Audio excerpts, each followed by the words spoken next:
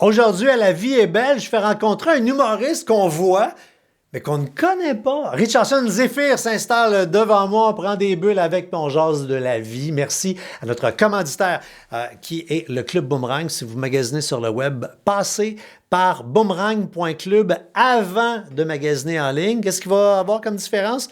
Vous allez acheter où vous voulez, vous allez recevoir vos affaires, mais parce que vous êtes passé par boomerang.club avant, vous allez avoir un pourcentage de vos achats remis en argent sonnant dans votre compte du Club Boomerang. L'abonnement est gratuit, c'est pas extraordinaire. Boomerang.club. Et ensemble, on crie « La vie est belle ».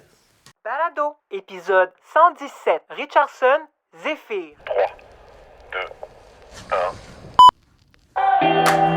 2, 1. Et l'intimité là, des trucs que tu ferais seulement tout seul chez toi dans la maison avec ta famille, puis que tu as 8 ans. Mais là, tu vas le faire. Là, c'est ça, là, la beauté de la télé-réalité. Là. Quand t'es enfermé, là, tu peux pas jouer une game ou un personnage. Là.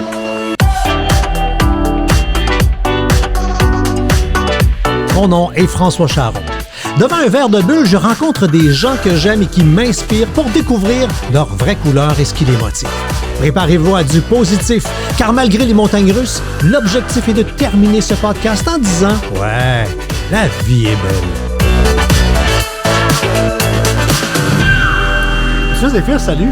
Bonjour. Moi, j'adore faire des podcasts avec du monde que j'ai jamais rencontré. Et une des raisons pour lesquelles je fais ce balado-là, je me paye un trip, je rencontre du monde que je veux voir. Je regarde dans la TV, je dis « Hey, il a l'air la fun, lui! » On l'a invité chez nous. Et dans ce temps-là, je fais exprès pour quasiment qu'on se parle pas avant qu'on fasse record. Tu es arrivé ici, tu as dit « Je peux aller faire pipi », tu étais faire pipi, tu t'es assis. On a échangé une banalité sur ça n'a plus de bon sens, comment que dans les banques, ça travaille pas vite. Puis on est là. Exactement. Salut. Bonjour. Tu souris-tu tout le temps? Tu ris-tu tout le temps? Non, j'aime rire. Ouais? J'aime sourire, mais je ris pas et je souris pas tout le temps. Mais souvent, mettons, je suis seul chez nous, je souris pas tout seul. Ça peut arriver, là, mais... merci. Cheers. Yes. Mais non, souvent, j'aime beaucoup rire, là, c'est sûr. Ce rire-là, tu l'as travaillé un moment donné ou enfant déjà, tu avais ce rire emblématique?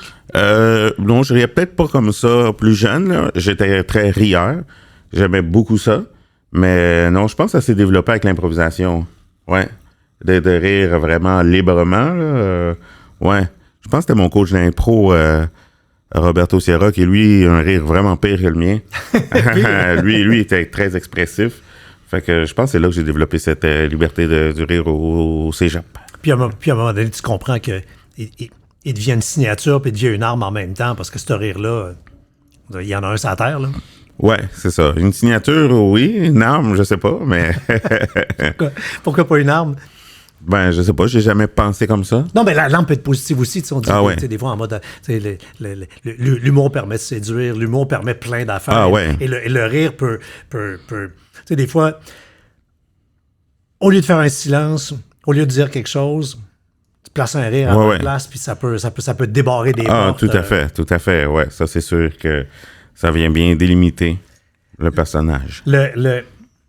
Sur Instagram, tu te déclares comme maître blagueur et acteur. Ouais. Pas humoriste et comédien, mais pourtant, quand je te fais faire ton test de personnalité, je fais déjà un bébé piégette. Ouais. Le titre, c'est invité. Puis il y a bien des gens qui font comme « Ben oui, je suis un invité ». Il y a des gens qui sentent le besoin d'enlever le mot « invité » puis faire un statement, dire « Hey, moi, je suis ». Et toi, tu as dit « comédien humoriste ». Ouais. Dans cet ordre-là. Ouais, je pense que c'est dans le but de remplir le formulaire, là, tu sais.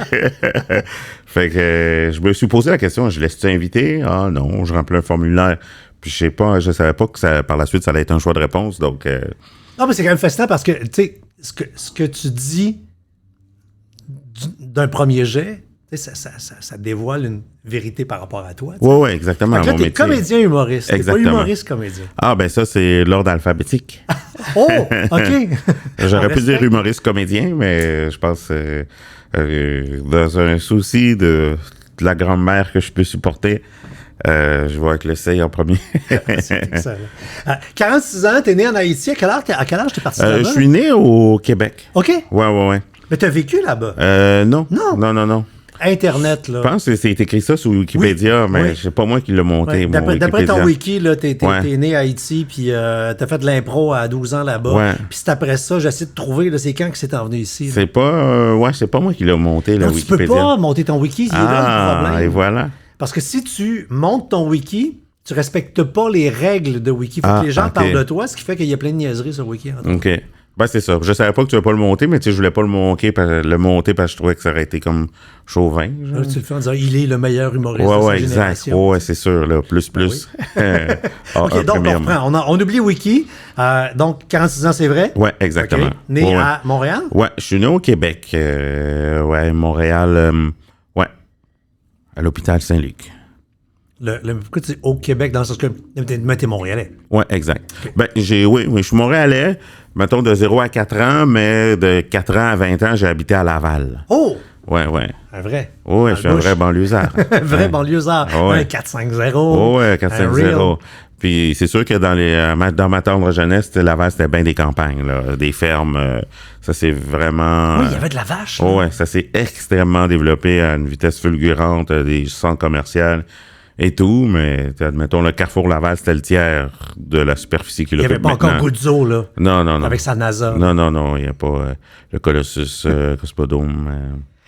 Puis, 12 ans, tu fais une game d'impro, puis comme ben des kids qui vivent soit quelque chose, le théâtre ou un sport, tu sais, c'est à l'âge où des grandes révélations, puis tout ça a été comme, oh shit. Ouais, je pense que j'étais en 5e année.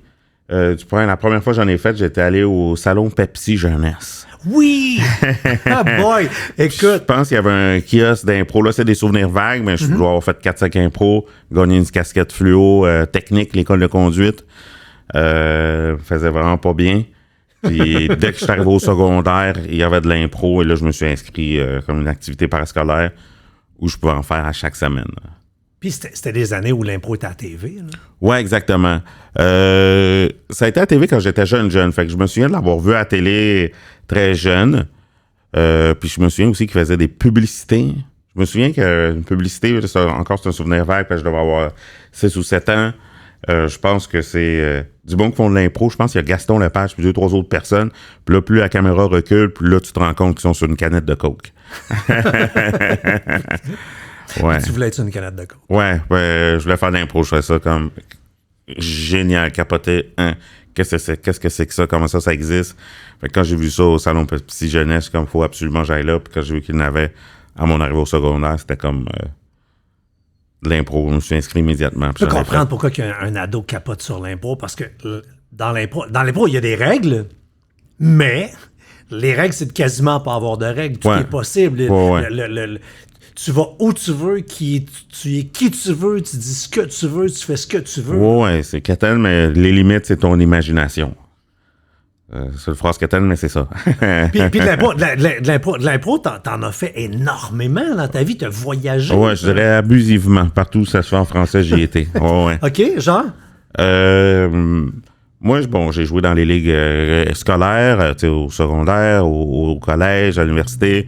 Mais après ça, moi, j'ai coaché, mettons... J'habitais à Montréal, mais j'allais jouer dans une ligue à Trois-Rivières. Fait que... Un spam, toi, je pense. Fait que, une fois par semaine, je descendais à Trois-Rivières. J'ai joué pendant 2 ans, mettons, à Joliette. Même si j'habitais à Montréal, je jouais dans des... Quand je jouais au cégep, je jouais aussi dans des ligues, dans des bars.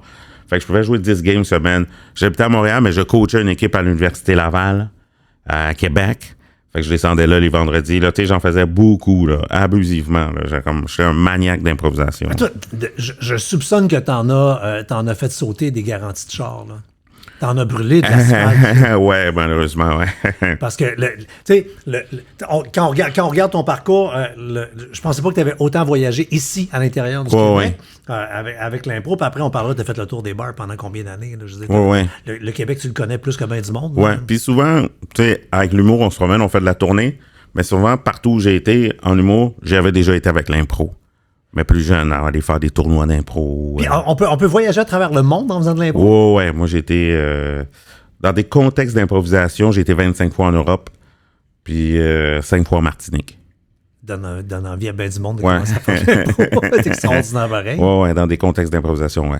Quoi, c'était des tournois? C'était des... Ouais, des tournois ou des tournées. Je pense qu'au Québec, l'impro, c'est pas vraiment considéré comme un art, mais en Europe, ça l'est. Fait que c'est considéré comme un art, donc tu vis de ça. Ici, tu peux pas vivre de ça. T'en fais pour le plaisir. Les quelques personnes qui vivent de l'impro au Québec, c'est parce qu'ils donnent de la formation, qui ont des écoles d'impro.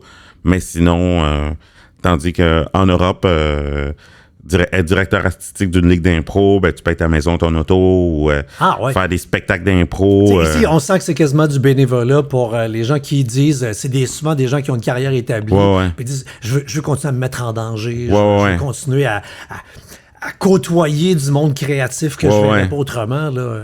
Mais là, en Europe, moi, mettons, j'ai joué des matchs d'impro en Suisse. C'est l'équivalent.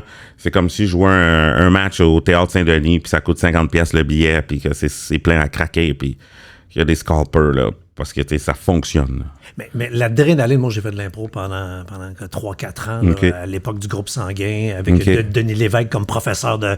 J'ai eu la chance d'avoir Denis comme prof de puis coach d'impro, puis on était en ATM à Jonquière. Une belle gang, là. Et je me rappelle... J'ai donné des ateliers à Jonquière, l'équipe d'ATM. Tu sais, quand ça décolle une impro, là, c'est tellement grisant, là. C'est le high qui est plus fort que n'importe quelle drogue, là. T'arrives quasiment en transe, là. Tu fais, c'est pas vrai qu'on est en train de faire ça. Ça s'explique pas, le ça. C'est magique. Puis moi, je fais beaucoup de spectacles dans toutes sortes, autant que comme participer ou assister.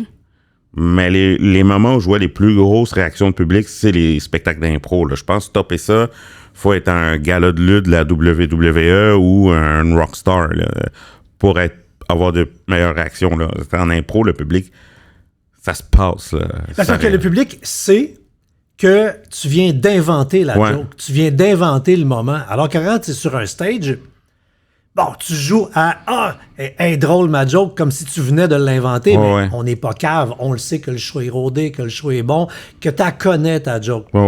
Fait que déjà, il y a quelque chose dans la salle où c'est difficile de livrer une blague pour la 7, 8, 10, 20, 30, 50e fois, parce que le savent. Là, en impro, quand tu lâches la ligne qui tue, la ligne assassine, le monde font comme, ben voyons donc qui vient de penser à ça, en plus de rire la joke. Ouais, le monde, je pense qu'il embarque avec nous dans les histoires.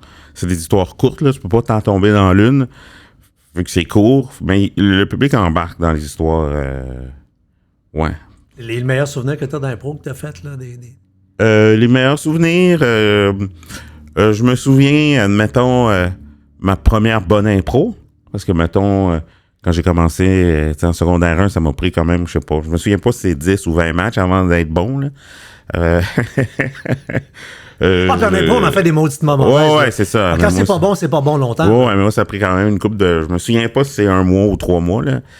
Je me souviens... Ben, c'est sûr. Après ça, les tournées européennes, les tournois collégiales. Ça, c'est pendant que j'en faisais. Aujourd'hui, c'est peut-être aussi les amitiés.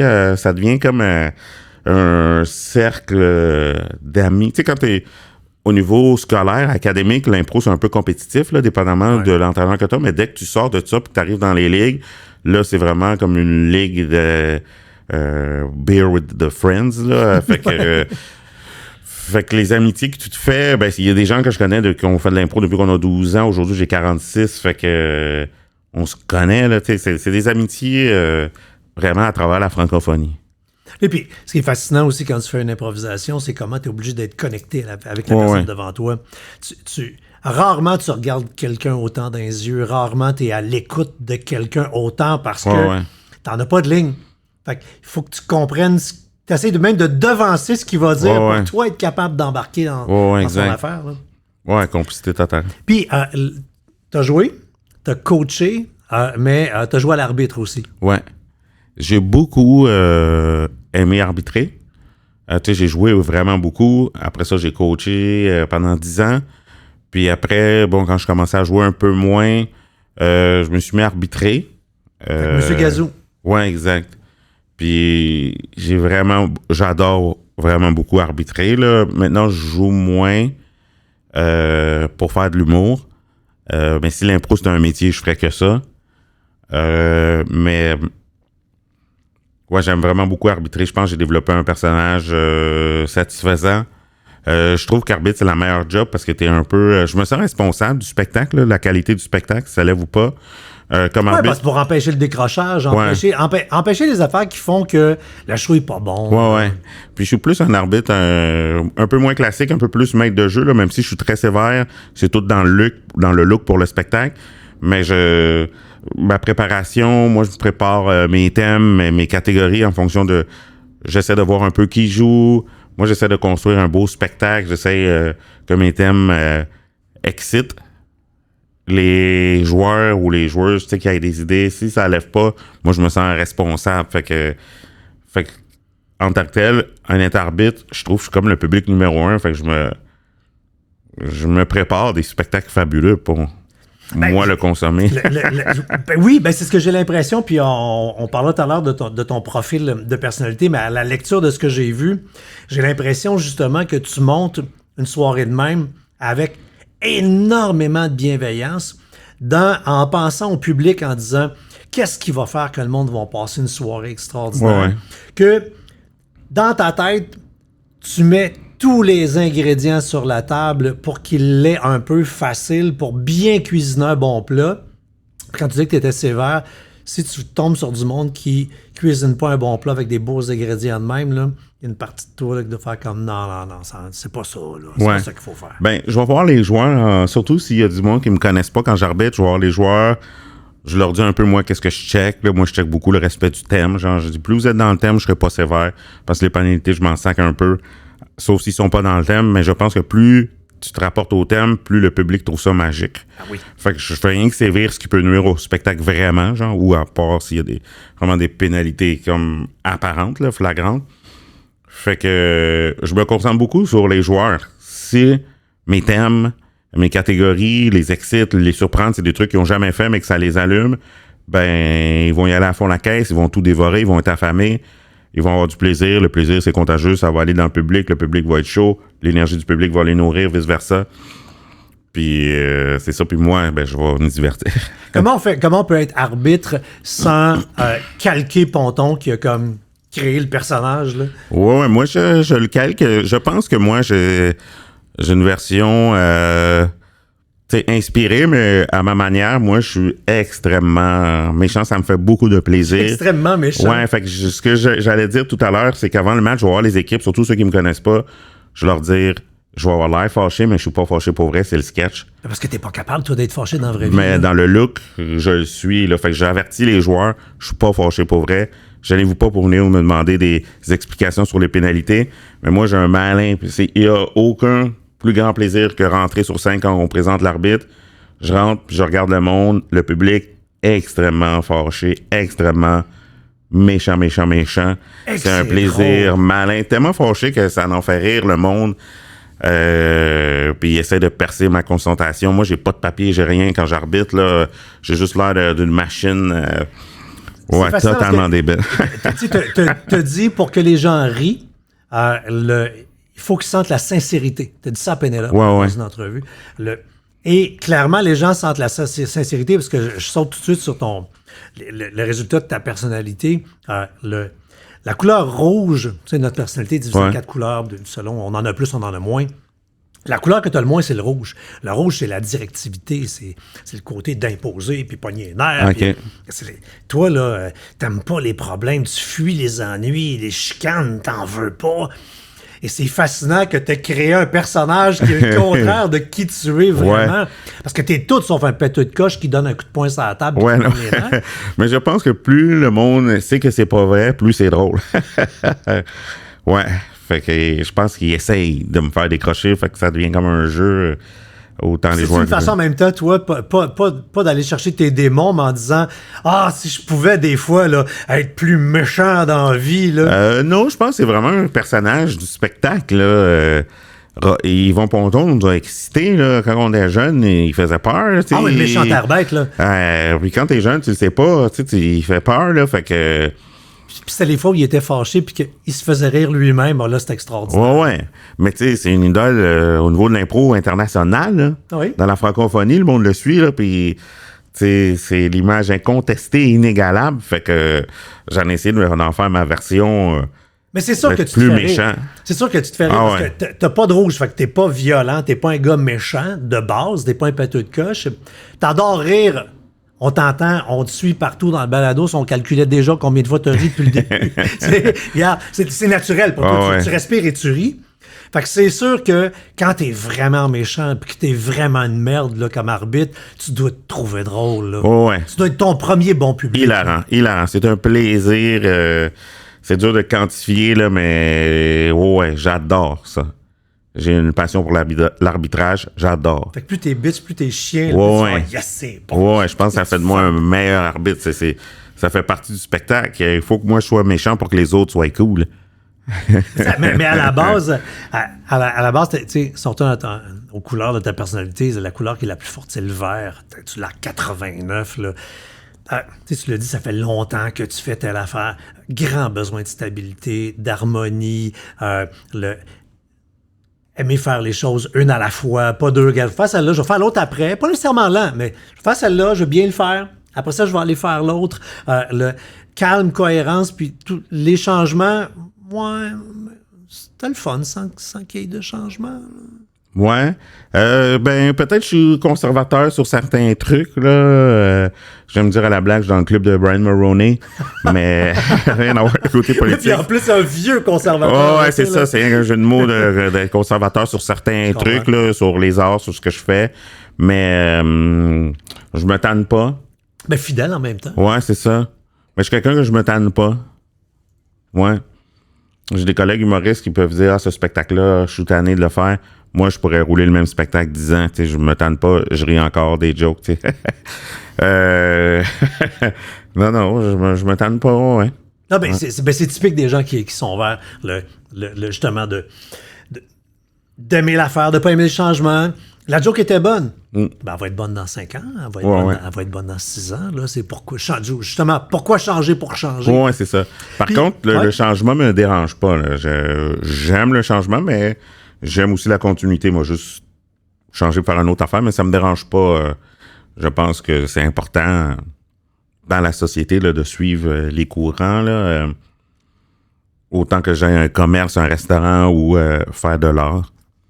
Puis, après on tourne dans tes affaires, mais le bout de la personnalité qui me fascine, c'est que dans Nova, on est capable de connaître les motivations des gens. OK.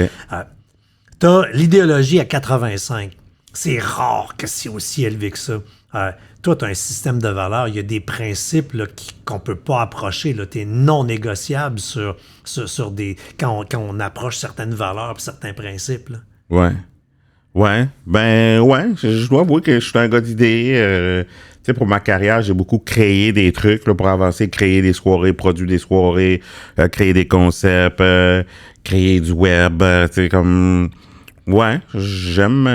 C'est un luxe, c'est une chance. Là. Peut-être que ça vient aussi avec en ayant fait beaucoup d'impro. Là, fait qu'on est comme beaucoup dans sa tête, beaucoup dans l'imagination.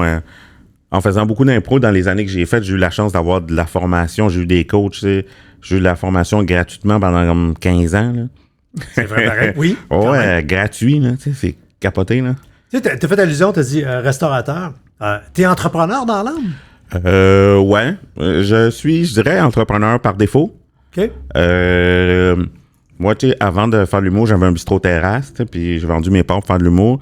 Mais, puis je l'ai été en humour, j'ai produit beaucoup. Je pense que j'aille ça produire, mais je l'ai fait beaucoup pour développer ma carrière, pour avancer. Ouais, c'est ça. Pas dire comme, personne ne va me booker, je jouerai pas. Non. Dans ce métier-là, si tu attends que le téléphone sonne, ça se peut qu'il sonne jamais. Exact. Fait que le mieux, c'est de faire, regarde, on va faire une soirée d'humour le mardi à telle place. On va aller faire toc-toc à tel bar que tu constates qu'il est vide le mardi, puis tu dis, regarde, on va te remplir ta salle. Exact. Fait que je dirais qu'à travers les années, au début, j'ai tout ce qu'il fallait pas faire, je l'ai fait. Maintenant, comment ça? Parce que tu commences, t'apprends tout le temps un peu. Là. Fait que maintenant, je dirais que là, c'est très facile pour moi de produire une soirée parce que j'ai l'expérience de essai-erreur pendant plusieurs années. Erreur, essai. Exact. Mais pendant combien d'années t'as roulé ta bosse dans les bars? Je dirais de 2009 à 2017. C'est quand même beaucoup d'années, là. Ouais. C'est quand même beaucoup d'années. Ouais. Tu sais, tu disais, moi, là, ce que je veux dans la vie, là, c'est être humoriste, puis m'en fous d'être le populaire, d'être la grosse star. Je veux être humoriste. Ouais. Je voulais faire la scène. Moi, c'est ce qui est le plus important. OK. Que ce soit humour ou impro, la scène, c'est un bonheur immense. Je trouve que c'est un privilège, un luxe. Le live, avoir le public Ouais, d'en ouais. face. Je sais pas c'est quoi ce feeling-là. C'est de la dopamine. Ben, c'est de l'amour. C'est Ouais. beaucoup d'amour. On a une décharge, tu sais, à la seconde, là, que ce soit pendant 1 heure ou pendant, tu sais, c'est beaucoup d'amour live, là. Et le rire, ça a quelque chose. Tu sais, un chanteur qui rechante sa chanson, les gens, bon, chante les paroles, tape dans les mains. Ouais. Mais le rire, là, c'est une validation. Oh ouais, c'est une validation C'est une énorme validation, là. de tes pensées intimes, de tes réflexions. C'est du bon qui se prolonge, qui j'allais dire relate, mais je sais ouais. pas comment le franciser, là, mais qui se reconnaissent Ouais. dans des propos. C'est multicouche, là. Ouais, ouais. Quand je ris, c'est c'est je t'aime en partant. Ouais, ouais. Après, c'est je te comprends, Ouais, ouais. je te valide, je pense comme toi. Ouais, c'est je suis vraiment, là, il y d'accord, a ouais, beaucoup c'est- d'étages ouais. d'étapes dans un rire. Là. Ouais, ouais. Puis, l'idée aussi, il y a des gens que ça leur fait du bien. Il y a des gens qui vont une soirée d'humour, c'est une date, on fait rien, on va ricaner un peu. Il y a des gens qui ont des métiers sérieux, terribles, lourds, fait qu'ils viennent se changer complètement les idées, décrocher. Fait que c'est quand même... Ah, t'es en mission un peu pour... Ben, pas en mission, mais tu sais, je sens que c'est cette responsabilité-là aussi d'être drôle, de pas prendre ça à la légère, puis de botcher, là. C'est toujours... ouais,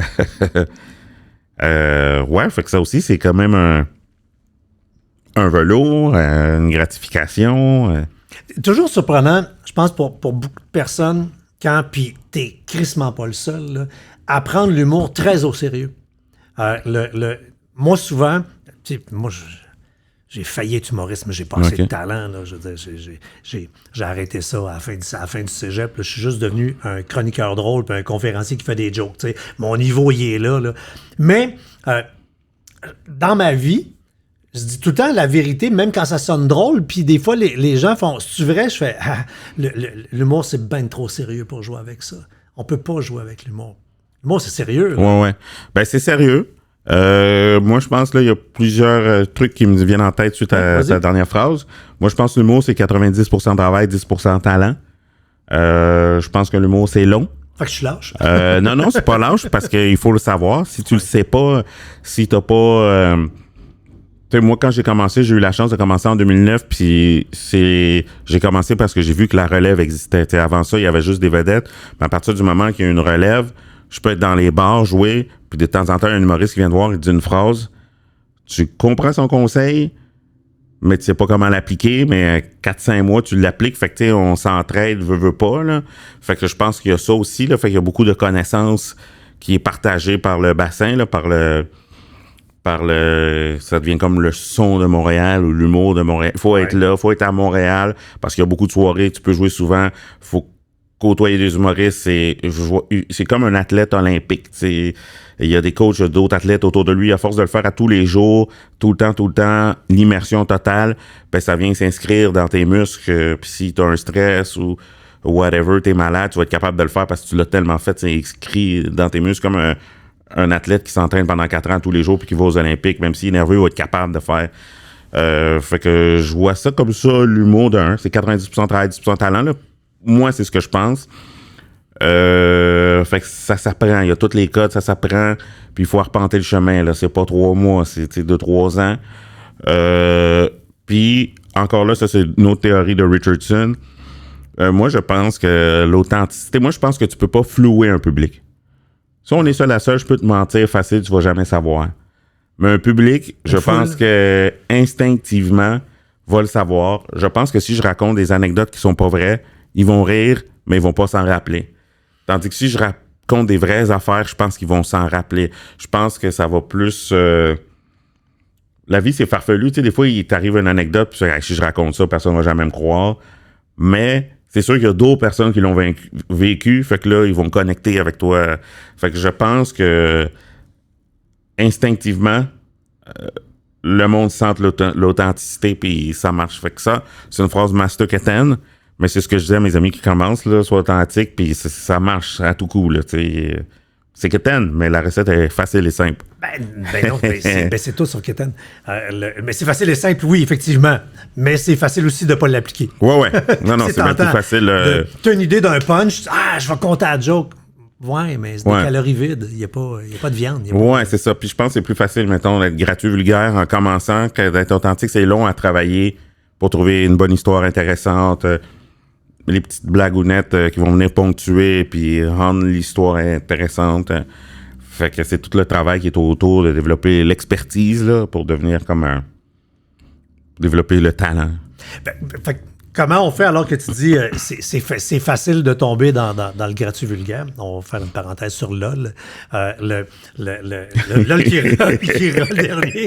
Non, mais la porte, c'est une loi grande même. Oups! C'est fascinant parce que il y a plein d'émissions de télé qui sont comme ça que nous, on regarde sur des journées et des semaines et qui ont été tournées là, sur une... Puis là, je veux dire, c'est l'ultime, vous autres, là. En quelques heures, littéralement. On nous égrène ça sur une semaine. Là, ça, c'est de l'humour pas évident à faire, là, ce show-là. Là. Ouais, je pense que c'est la télé-réalité. Là, pour en avoir fait 2, je pense que quand t'es enfermé, genre, pas de fenêtre, plus ça fait longtemps, tu te mets à perdre un peu des... Pas contact, mais oui. T'es coupé de la société momentanément. Juste avec le même monde. Fait que surtout que ça dure longtemps dans le contexte du jeu, là, admettons, quand on regarde l'émission, on voit le montage. Fait qu'il y a des rires, puis il y a plein d'actions partout. Mais en train de le faire, c'est nous deux, on est ici, mais il peut y avoir une action là-bas que je vois pas. Fait que moi, tu passes la journée avec du monde qui ne rit jamais. Ça fait toute la journée que personne rit. Là, c'est à 8h30, tu sais, personne rit. Puis t'es enfermé, tout ça. Fait que tu deviens un peu zombie. Ouais. Puis juste ça, c'est drôle. Ouais. Mais de mon point de vue, notre point de vue à joueur, le monde rit pas, jamais. Ouais. Fait que, puis enfermé, puis là, t'essaies de faire, fait que tu deviens un peu zombie. Puis là, tu te mets à faire, je pense, le contexte d'être enfermé, pas de fenêtre, on se met à faire des trucs que tu ferais jamais dans la vraie vie.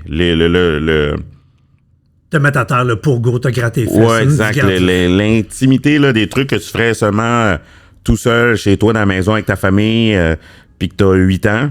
Mais là, tu vas le faire. Là, c'est ça, là, la beauté de la télé-réalité. Là. Quand t'es enfermé, là, tu peux pas jouer une game ou un personnage. Le vrai va sortir. Puis tu vois, après, tout le monde finit justement par... on retourne aux racines, puis tout le monde finit par à redevenir des enfants, puis à faire des jokes d'enfants. On tombe à pipi caca poêle, puis un pet. On va faire un pet. Puis... Parce que t'as plus d'armes. Tu sais, t'es habitué, tu fais de l'impro toute ta vie. Là, tu connais les codes, là. Je vais faire ça, ils vont rire. Sauf qu'ils se sont entraînés à avoir l'air bête. Puis, ça fait toute la journée, tu fais des blagues. Au début, j'avais des blagues un peu préparées. Mais là, j'étais avec des humoristes. Fait que quand j'arrive avec mes blagues un peu préparées, ils disent le punch avant moi. Ils complètent ma phrase, ils terminent ma phrase. Fait que là, on m'a improvisé. Là, t'improvises. Mais là, il doit venir encore. Fait que là, il faut surprendre. Fait que là, tu vas dans des zones où... La plupart des autres qu'on a faites quand on a regardé l'émission, là, à la fin, là, je me souvenais pas que j'avais dit ça. Oui, puis après, j'ai-tu vraiment dit ça? C'est moi, là. Voyons donc, j'ai dit ça. C'est parce que, quand on comprend ce que tu as dit plus tôt dans le podcast, l'humour, c'est sérieux. Il faut être transparent, il faut être intègre. Pour là, on n'est plus là pantoute. Non, c'est ça. Mais on est en fin de veiller, là, puis tout le monde est sous. Exactement. C'est pas... Puis ça, c'est sûr, c'est pas un spectacle préparé. Là, c'est comme on est là, on est mis là, on a préparé des blagues, mais bien vite, les blagues préparées prennent le bord parce qu'on voit que ça va jamais toucher la cible. Là. Comment on s'entraîne? On fait-tu des compétitions de jokes de papa avec des amis pendant une couple de jours pour être sûr de pas rire des jokes? Moi, j'avais écouté quelques épisodes de d'autres pays. Puis j'étais avec un autre humoriste, Joe Guérin. Puis je pense qu'on avait brainstormé des jokes en checkant les autres pays. Puis moi, j'avais 4 pages de jokes. Là. Puis il y a des auteurs aussi sur... LOL, puis ils te demandent c'est quoi tu vas faire, ils veulent s'assurer qu'on arrive préparé, tu sais. Mais tu sais, bien, j'en ai fait quelques-unes, là, on les voit pas là, au montage, là, mais j'en ai fait vraiment beaucoup. J'avais 4 pages de jokes là, préparées. Là. Fait que tout le bon stock préparé, il l'enlève au montage. Ouais, ben, de toute façon, il a pas fait mouche. Ouais, c'est ça. Puis bien vite, tu vois que ça prend de la surprise. T'sais. Fait qu'il faut que ce soit contextuel du moment. Quand tu dis une blague pour me faire rire, puis moi, si je réussis à faire une contre-blague, c'est là que je peux te surprendre. Parce que tu pensais me faire rire, puis là, je te surprends avec une blague sur la blague que tu m'as fait, sur une phrase anodine que tu m'as fait. Fait que c'était beaucoup ça, là, essayer de surprendre. C'est fascinant de voir, on est à l'ère du web, on est à l'ère des réseaux sociaux, mais la TV a encore un pouvoir fascinant pour être connu d'un très, très, très large public. Toi, tu as eu En route vers mon premier gala, qui était un show qui était hyper suivi là, pour un show sur une TV alternative. Ouais. Là. Ça a Vox, je pense, dans le temps. Ouais. Ça a été la première marche qui a fait comme, OK, là, t'es connu par un plus large public, ça t'ouvre les portes de d'autres affaires. Ouais, ma TV, en route de mon premier gala, c'est ça. En 2014, moi, quand j'ai fait des personnages Blackmail puis Magic Jordan, ça, je dirais que, ça a ouvert les portes au niveau de l'industrie, genre. Je pense que c'est là que j'ai eu mes premiers rôles, des rôles plus sérieux, mettons, comme comédien. En 2016, c'était une version web, mais que j'ai gagné. Ça, je pense que ça m'a donné une crédibilité et un respect au niveau de l'industrie de l'humour.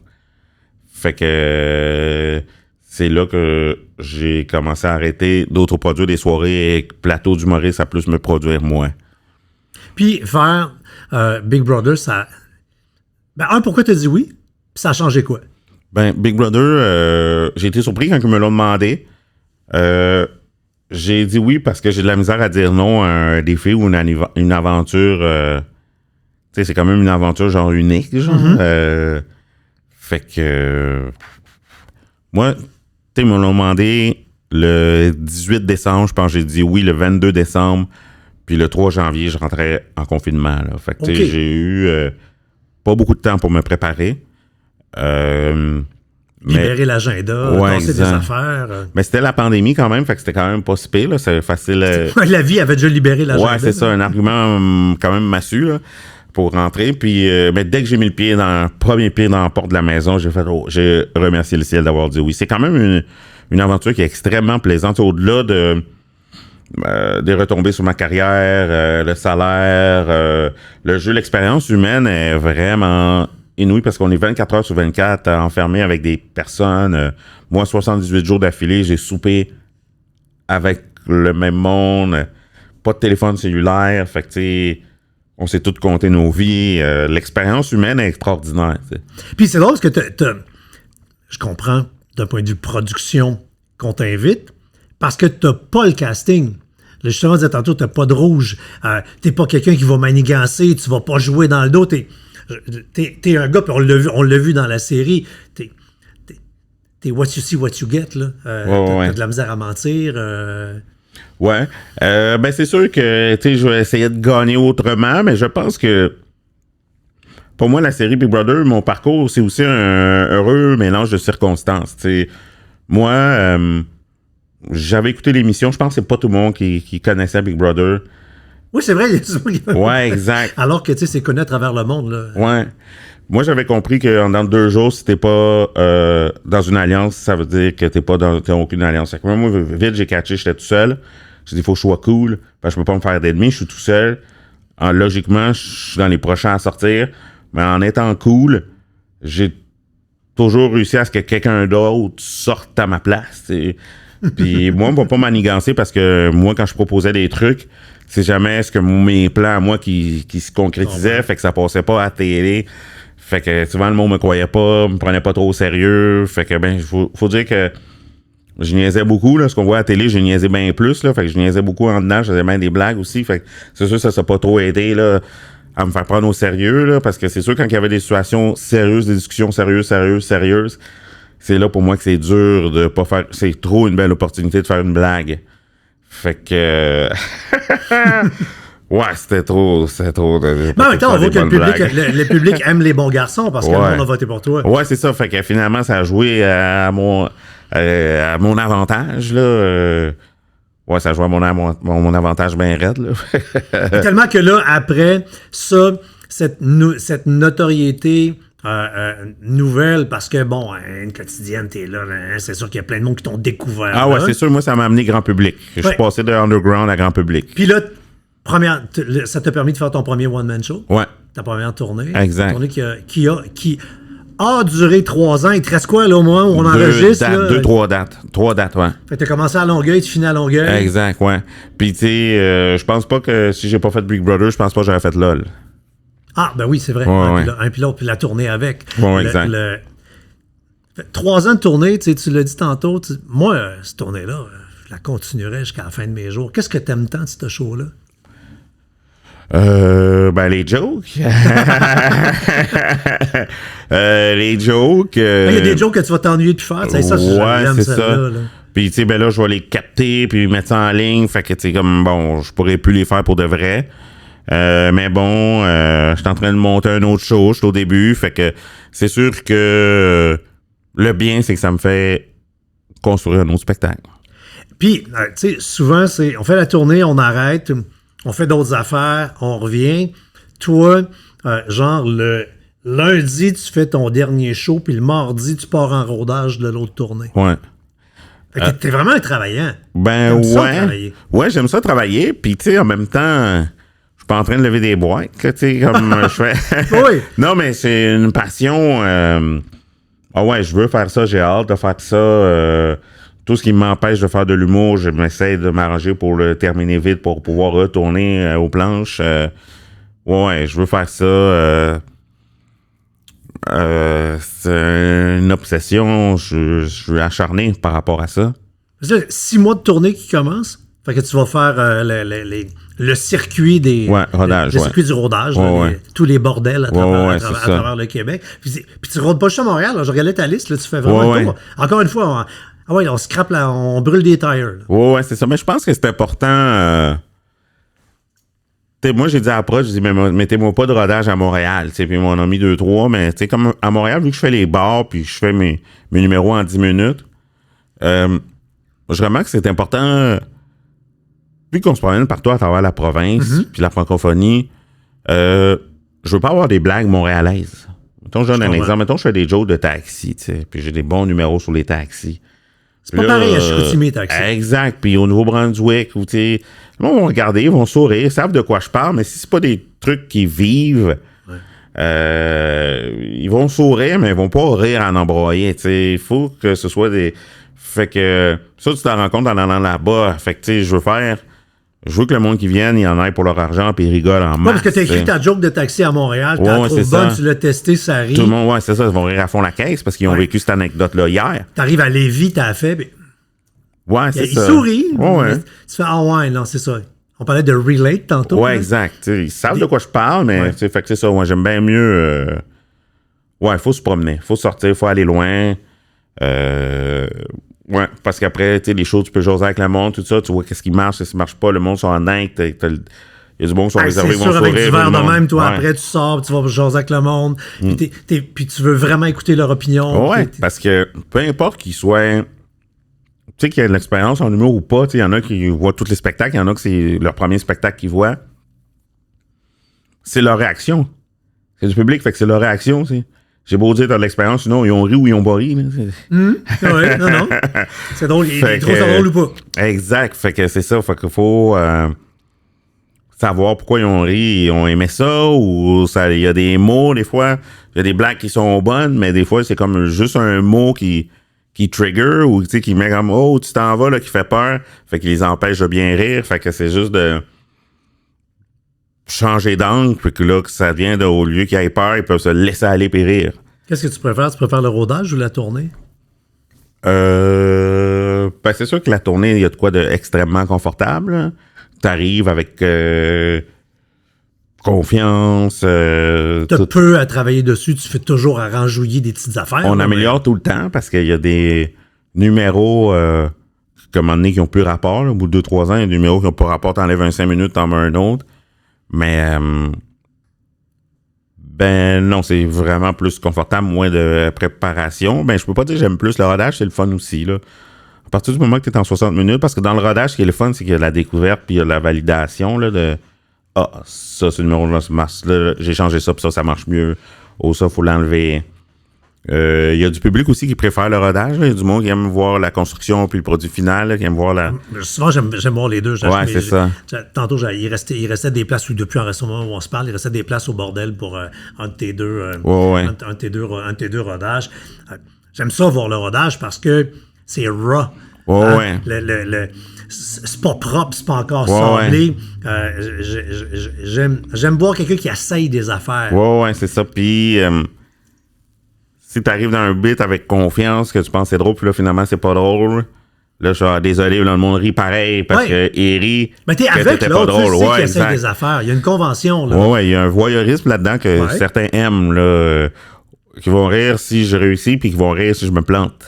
Ah, je comprends. Ah ouais, il y a du monde qui va en disant, il va se péter. Non, ben, je parle d'un numéro, d'une joke, là, tu sais, comme d'un 3 minutes, puis là, tu fais comment c'est pas drôle, change de sujet, puis...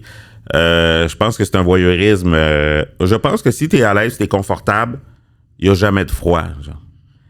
Si je suis mal à l'aise sur scène, là, il va y avoir un froid dans la salle et ça, c'est irrécupérable, c'est terminé. Tu parlais de transparence. Je vais souvent voir du monde qui casse des numéros.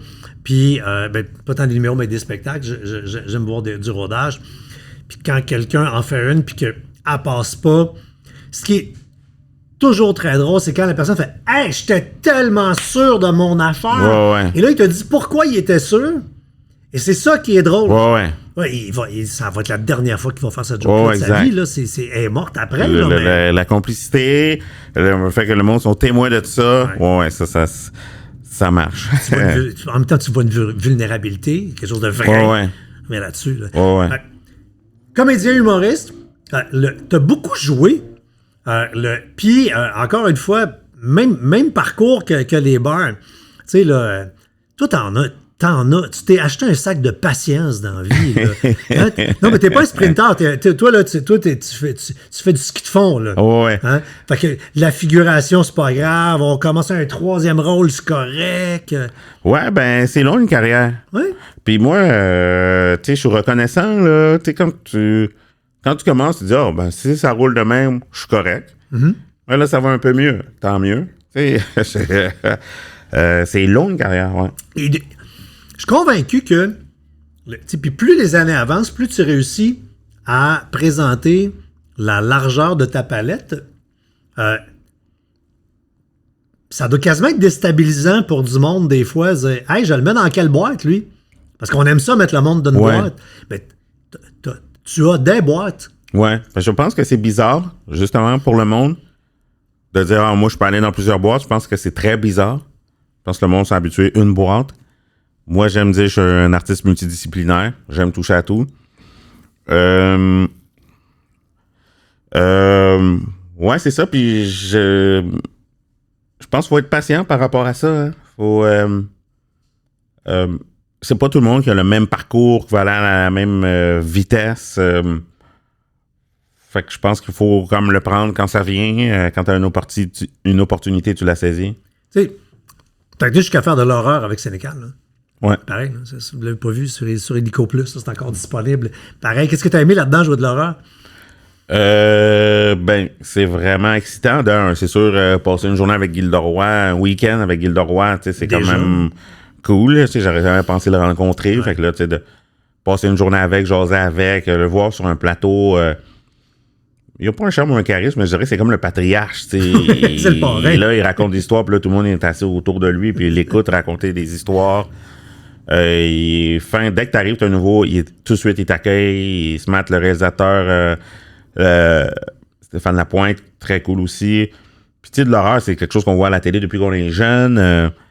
Mais là, d'en faire partie, les effets spéciaux, les maquillages, tout, c'est vraiment très excitant. Un peu comme un gamin, là. Ouais, c'est un peu un rêve d'être une star d'Hollywood dans des grandes productions. Ouais, c'est ça. Des effets spéciaux, puis tout le kit. Ce qui est fascinant quand on regarde ce que tu fais en humour, tous les humoristes n'ont pas peur du ridicule, mais je pense que si on avait à donner la médaille d'or de l'humoriste qui n'a pas peur du ridicule, tu pourrais...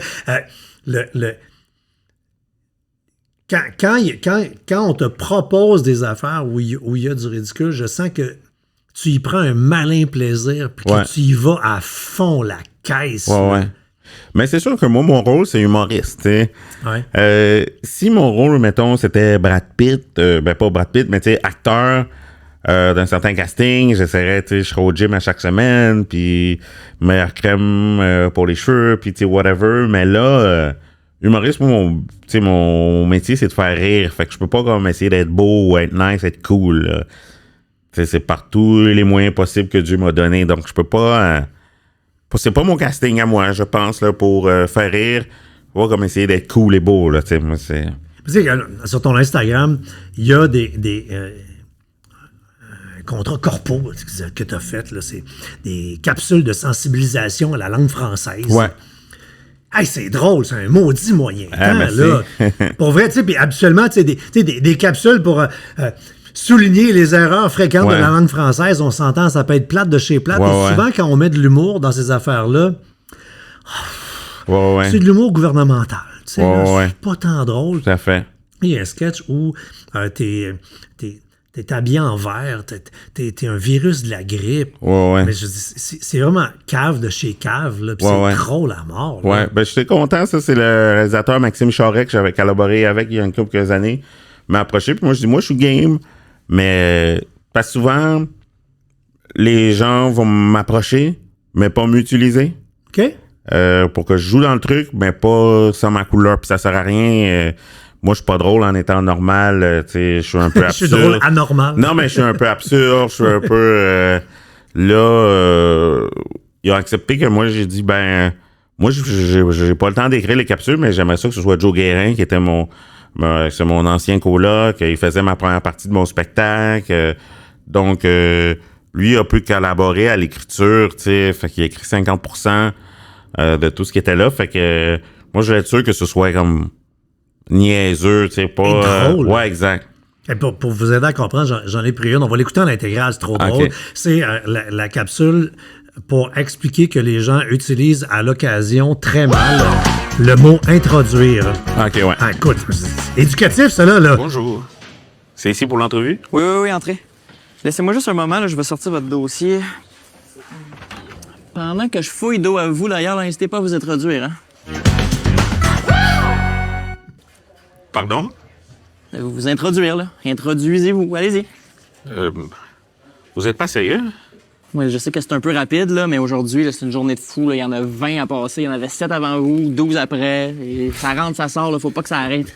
Mais monsieur, je suis marié. OK, c'est bon. Ça va me prendre plus d'informations que ça, là. Allez-y, videz votre sac. Non, je suis très mal à l'aise. Mal à l'aise parce que je veux connaître votre nom puis votre parcours. Oh, OK. Vous voulez que je me présente? Je suis désolé parce que s'introduire, c'est un anglicisme. Et en français, ça peut avoir une autre connotation. Comme quoi? Eh bien, ça veut dire que je me serais approché très proche de vous. Je pourrais baisser mon pantalon et puis après ça... Utiliser le mot juste, c'est toujours gagnant. C'est pas des compétences qu'on recherche. Je veux dire, ça, là, des contenus éducatifs de même, là, je veux dire, plus jeune, c'est ça qu'on veut, là, pour être sûr de comprendre les affaires. Là. C'est drôle. Ça, c'est à la fois drôle et cave. Ouais. Ouais, c'est ça. On a fait plusieurs, mais je pense que c'est une façon différente de rejoindre. De s'introduire. Oui, exactement. Dans les trucs où on t'a vu comme comédien et là où c'était hybride, dans Maison Bleue, là, c'était quelque chose de rare. Là. Ouais. T'avais l'air à tellement avoir du fun. C'était un cadeau du ciel. C'est une gig super le fun. Déjà, Ricardo Troggi, qui est un réalisateur précis, qui a un bon sens du punch. Fait que, tu sais, lui vient me voir et me dit, OK, toi, ton personnage va parler fort, parle fort. Fait que là, je me mets à parler fort. Fait que là, ça fait un personnage. Passez fort! Oh, ouais, c'est ça. Fait que là, ça me crée un personnage. Moi, je passe pour un génie. Puis, tu sais, bon, avec Dominique Paquette, Geneviève Smith, Guy Nadon, je pense que les scènes qu'on était dans la Situation Room, on pleurait, on avait de la misère, on a ri aux larmes, là. Oui, ça, c'est ce genre d'affaires-là, à dire des niaiseries de même, ouais, mais en mode sérieux. Ouais. Tu fais des prises, ça n'arrête pas. Ah, c'était le fun. Là, même des fois, ces plateaux-là, puis on le voit quand on voit des bloopers, ça devient dramatique et sérieux que les comédiens rient parce que là, ça prend trop de temps. Là. C'est quoi? Là, non, arrêtez, là, elle est plus drôle. Là. Faut la faire. Là. On rit plus. Mais si on amène du militaire dans de l'humour, continue à être drôle, mais arrête de rire. Ouais, non, c'est ça. Mais non, c'était vraiment super plaisir. Puis encore là, côtoyer des artistes formidables, extrêmement drôles. Tout le plateau, je pense qu'il y a une super belle énergie. Ouais. Vraiment extraordinaire. Puis pour pas rire, des fois, on allait faire... si la caméra était sur toi, Oui. puis je te donne la réplique, mais là, j'allais pas faire mon personnage. Je comprends. Pour que tu puisses... Tu le dis, tu fais juste dire le texte. Exactement. Ouais, exactement. Pas en parlant super fort comme un débile. C'est comme, bon, général, viens-toi! C'est comme, à 2 pieds de la face, crier des bêtises. Je comprends. Ouais. Puis, ce qui est, là où tu as une grande liberté, tu passes et tu peux passer de l'oncle haïtien trop caricatural à Elvis Gratton trop caricatural puis faire tout entre les deux. Là. Lequel des deux que tu préfères? Lequel des deux mononcles? Oh boy, c'est une bonne question. Je sais pas s'il y en a un des deux que je préfère. Je pense que ça dépend du propos que je vais utiliser. Je m'ai jamais penché sur la question. Mettons que si je retourne à l'impro, tu sais, souvent les joueurs d'impro vont créer des personnages. Ouais. Y en a que leur personnage, ça va juste être leur propos ou leur intention. T'sais. C'est toujours la même personne. C'est toujours comme Martine à la plage. Martine qui mange du miel. Martine à la plage. Martine à la pharmacie. Martine à l'église. Moi, pour avoir une efficacité comique, il faut que j'aie un personnage. Fait que mon personnage va être physique, ou ça va être dans le débit de ma voix ou mes intonations. Ça va les mecs? Oui, ça va, toi. Tu sais, ça va toujours être dans... Moi, il faut qu'il y ait une transformation physique et sonore pour que j'aie un personnage. Ne serait-ce que dans ta tête. Exact. Pour que ça fonctionne, pour que ce soit drôle et intéressant, pour que, vu que dans la vie de tous les jours, je suis quand même calme, fait qu'il faut que moi, là, je mette beaucoup d'énergie pour que ça se passe. Parce que sinon, le monde peut même penser que je suis timide ou gêné si j'ai pas plein d'énergie, alors que je suis à l'aise et en contrôle, mais moi, pour que ce soit drôle, il faut qu'il y ait de l'énergie. Fait que moi, j'ai tout le temps un personnage. Fait que je pourrais pas en choisir un, là, c'est vraiment... je vais prendre un dans ma banque qui est approprié pour le mandat ou en créer un. Puis là, c'est ce que tu fais avec le rodage de ton show. Là. Tu t'amuses à amener ben du monde sur le stage. Exactement, ouais. Ouais, puis là, c'est sûr que je suis beaucoup en mode stand-up, mais oui, je fais beaucoup des act-out ou des... où je vais incarner les personnages de mes récits, mais sans changement de costume, tout ça. Maître blagueur, comme tu me parlais tantôt, ouais.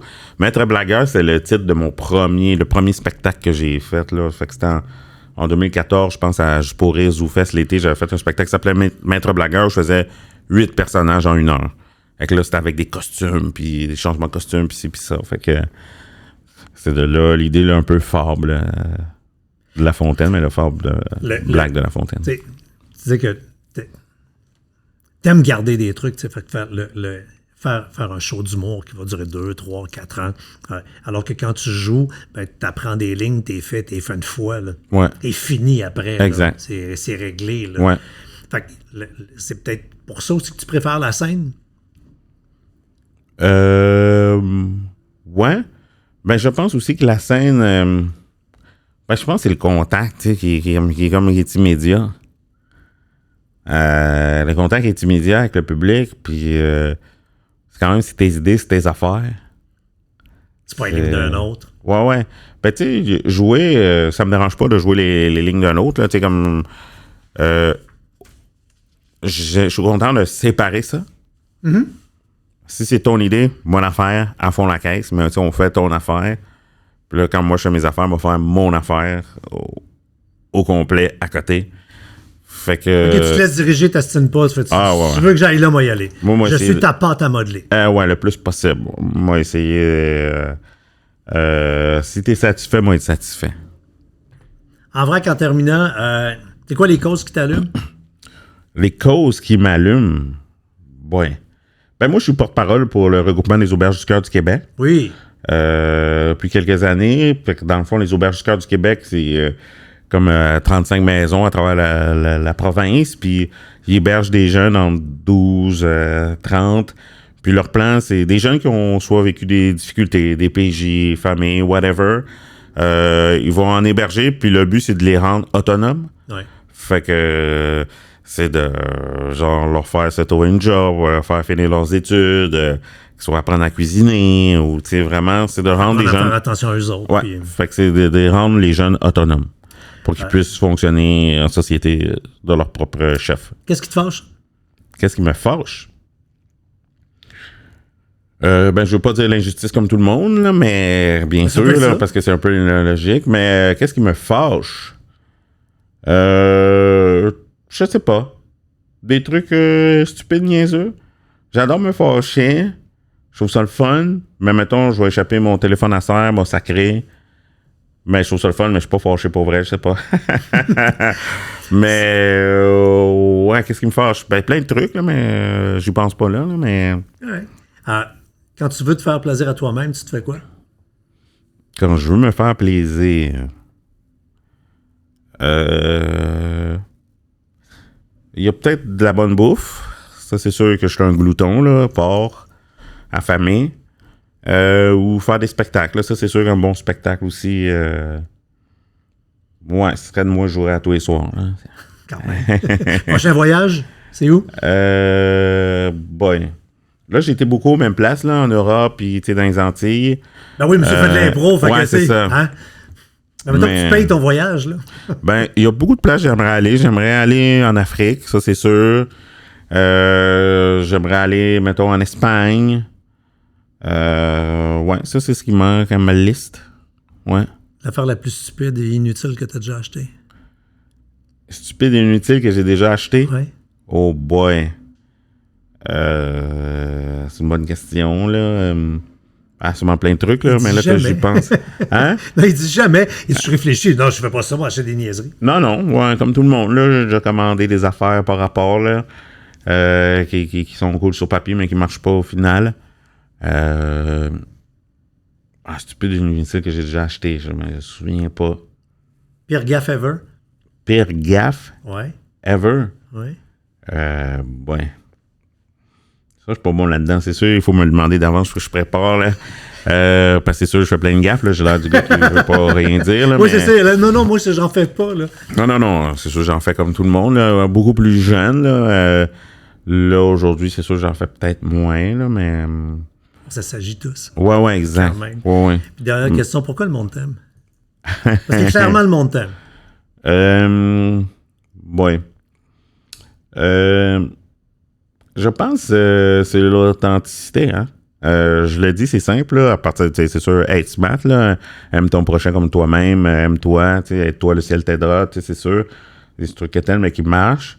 Mais l'authenticité, j'ai été voir hier soir, c'était la première médiatique de Mégane Beauliard, un jeune humoriste. Oui. Tout le monde l'aime, elle aussi, là.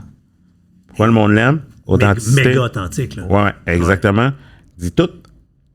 Son frère est là. Rose, elle parle de ses parents, elle dit la vérité, des trucs qui se disent pas intime. Elle dit tout. Christine Morancy. Du monde, plus tes livres ouverts, plus le monde peut se connecter à toi parce qu'on vit toutes la même affaire, mais souvent on le dit pas. On a interviewé de même, bien séance, on le dit pas, mais plus tes livres ouverts, moi c'est ça, on m'a vu à la télé-réalité 24 heures sur 24, là, le monde m'a en pyjama. Tu peux être toi-même, avoir ta game, nos principes de base, directeur, 24 heures, 48 heures, mais après ça, là, tu t'échappes, là. Fait que moi, je pense que le mot m'ont vu beaucoup comme dans l'intimité. L'humour, c'est de l'intimité, on se livre, là. Je pense que plus t'es intime, plus c'est vrai, plus ça marche, là. Comment ça se fait que en entrevue, quand on jase, t'es un gars hyper sérieux, réfléchi, et quand t'arrives sur une scène, t'es l'antithèse du gars que j'ai devant moi, là. Là, tu deviens des personnages, puis moi, la strap à débarque, là. Il faut que je fasse ça pour que ce soit le fun. C'est ton équilibre. En impro, j'ai toujours des... Non, mais pour que ce soit un bon spectacle. OK. Pour moi, c'est sûr, en podcast, je me dis, oh, désolé, j'espère que c'était nice. Vu que j'étais sérieux. OK, mais vu que j'étais sérieux. T'es pas sur un stage, là, on n'est pas au bordel. Mais pour le public, moi, sur scène, pour que ça marche, il faut que j'aie de l'énergie, il faut que je sois comme un impro, j'aie des personnages. Moi, je fais de l'humour depuis des années, puis c'est un humoriste qui est venu me voir à un moment donné, c'est Vincent C. Là. Je pense qu'on était en Europe. Puis il me dit, toi, Richardson, quand tu fais de l'humour, t'es gêné? Je dis, non, je suis pas gêné. T'es pas gêné, t'es stressé? Je dis, non, je suis pas stressé. Avant de faire de l'humour, ça faisait comme, fait 15 ans d'impro, j'étais partout au monde. Tout le monde pense que t'es gêné. Je fais, ouais. Là, je me suis mis à mettre de l'énergie sur scène. Je comprends. Parce que moi, j'étais super à l'aise, mais vu que je faisais du stand-up comme en même tonalité que là, le monde pensait que j'étais gêné. Fait que des fois, ça riait. Des fois, le monde était mal parce qu'il pensait que j'étais gêné. Genre. Ben, alors que j'étais pas gêné, j'étais super à l'aise, puis moi, je vivais ma meilleure vie. Fait que t'étais comme dans Maison Bleue. Parle fort! Oui, exact. Moi, il faut que j'aille de l'énergie, les personnages, sinon c'est plate. Là, c'est pas ça, ma mayonnaise, elle pognera pas. Sinon, le monde pense que je suis gêné, tu sais. Tu sais, le balado s'appelle La vie est belle. Je soupçonne que toi, le moment où tu te le dis, c'est quand tu viens de faire ton show, que le show vient de finir, puis que là, t'as tes claps, puis que les gens applaudissent. Là, c'est ton sweet spot où toi, tu te dis, ouais, la vie est belle. Ben, moi, c'est juste, tu sais, comme... c'est un métier que, quand même si ça fait des années du travail, c'est quand même dur à croire. Tu sais, les arts et spectacles, tu sais, c'est pas... Fait que chaque fois qu'on m'appelle pour m'offrir un rôle ou que je vois qu'il y a des dates de spectacle qui s'ajoutent, ça, je dirais que c'est comme la vie est belle parce que, tu sais, rare et spectacle artiste, je suis là, mais ça se peut que je dis, oh, okay, c'est une année de plus, tu sais, comme... C'est pas tant toi qui décide, c'est le public qui décide. Ah oui, c'est pas toi le boss, c'est eux autres. Fait que... c'est comme, t'as maintenant une année de plus, tu sais. Fait que... Ben, plus, ça va être plus qu'un an, parce que là, t'as 6 mois de rodage, après, tu vas partir en tournée. C'est ça. Donc, t'as pas mal plus un 2, 3, 4 ans de ouais, plus. tout à fait. Toi, mais c'est ça, fait que c'est quand même... Mais, tu sais, les tournées... c'est pas moi qui décide non plus, là. Pendant la tournée, j'ai la chance, ça a duré 3 ans, tu sais. Fait que je suis chanceux. Mais... Pas chanceux, travaille. Ouais, travaillant, ouais, bien sûr. Hey, Monsieur Zéphir, merci de vous être déposé. On va aller vous voir à Pestac. Merci de m'avoir reçu. Au plaisir. C'était La vie est belle. À la prochaine.